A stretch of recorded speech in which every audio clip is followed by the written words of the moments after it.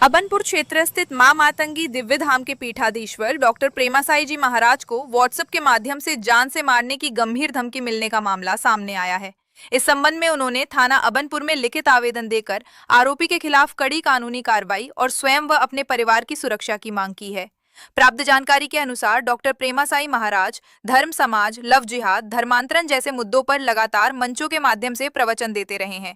उनके द्वारा समय समय पर हिंदू एकता शोभा यात्रा, हिंदू जगाओ शोभा यात्रा एवं दिव्य दरबार जैसे बड़े आयोजनों का भी आयोजन किया जाता है, जिनमें हजारों की संख्या में श्रद्धालु शामिल होते हैं। आवेदन में उल्लेख किया गया है कि दिनांक 10 अप्रैल 2026 को दोपहर करीब 12:40 बजे जब वे अपने परिवार के साथ केरल में निजी यात्रा पर थे, उसी दौरान उनके व्हाट्सएप नंबर पर एक अज्ञात व्यक्ति द्वारा लगातार अश्लील गाली गलौज करते हुए जान से मारने की धमकी दी गई।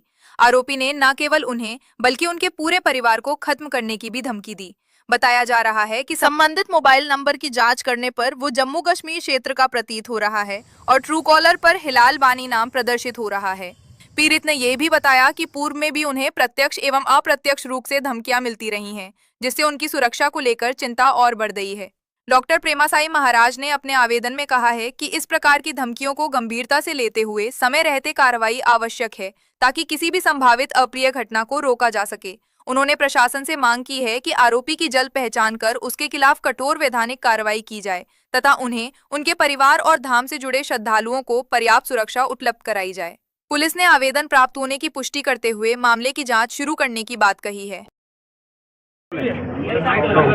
मैं 29 तारीख को परिवार के साथ निजी यात्रा पर केरल में था। केरल के लिए रवाना हुआ था अबनपुर से, और इसी दौरान 10 अप्रैल को मुझे एक व्हाट्सएप पर धमकी भरा मैसेज आता है, जिसमें कहा जाता है कि प्रेमासाई तू मरने वाला है, मैं तेरी मौत बोल रहा हूँ, मैं तुझे मारने वाला हूँ, तुझे कोई बचा नहीं सकता, तेरे परिवार को भी ख़त्म कर दूंगा तेरे साथ। और साथ ही साथ बोलता है तू पुलिस को बोल या जाके अपने बाप को बोल, तुझे कोई बचा नहीं सकता। तो वो जो स्क्रीनशॉट वगैरह हैं वो सब आज हमने कंप्लेंट के साथ जोड़कर अबनपुर थाने में दिए हैं, शिकायत दर्ज की है। और लगातार जो है हमारे शिविर चलते रहते हैं पूरे भारत में, और 25-30 हज़ार की अधिक से संख्या में लोग उपस्थित रहते हैं। तो ऐसे में भक्तजनों के ऊपर भी खतरा है, मेरे ऊपर भी खतरा है, और परिवार के ऊपर भी जो है खतरा मंडरा रहा है। तो ये जो भी शख्स है जो धमकी दे रहा है, ऐसे लोगों के ऊपर जो है उचित कार्रवाई की जाए, इसलिए आज हमने यहाँ पे कंप्लेंट दिया है। लगातार मैं जो है सनातन धर्म के लिए कार्य कर रहा हूँ। हिंदुओं को जगाने के लिए हिंदू एकता यात्रा निकालते हैं, जहाँ भी हमारा शिविर होता है, और भव्य दिव्य यात्रा निकलती है।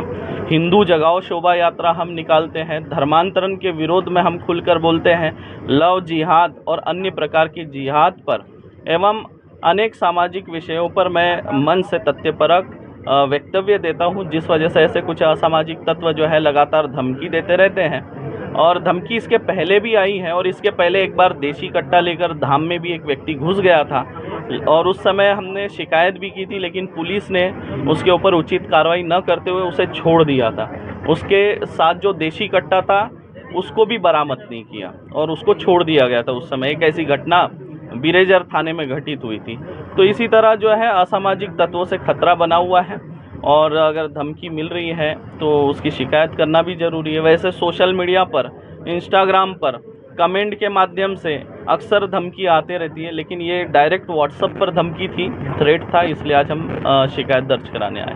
क्या लगता है इसके पीछे किसका हाथ हो सकता है? देखिए, आशंका नहीं, आशंका तो मुझे किसी पर नहीं है, लेकिन जब हमने नंबर सर्च किया तो हिलाल वानी करके आ रहा है, और जम्मू कश्मीर का ये नंबर दिखा रहा है, जो कि अल्पसंख्यक लेकिन वहाँ पे बहुसंख्यक है।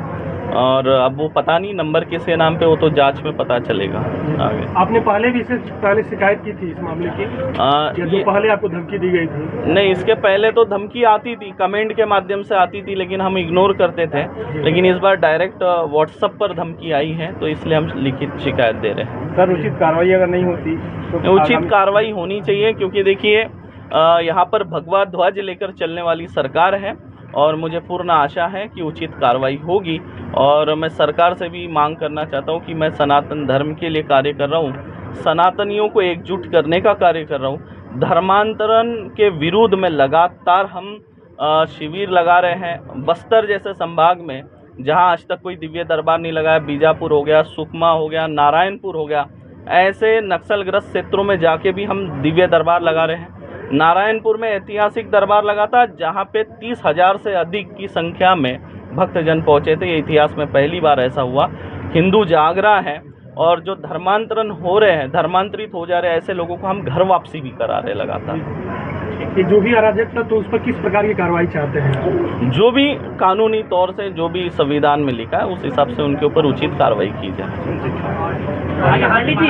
मातंगी देवी धाम के जो पीठाधीश्वर थे आपके पास आवेदन दिए हैं सुरक्षा कारणों को लेकर, आप क्या कहते हैं इस पर?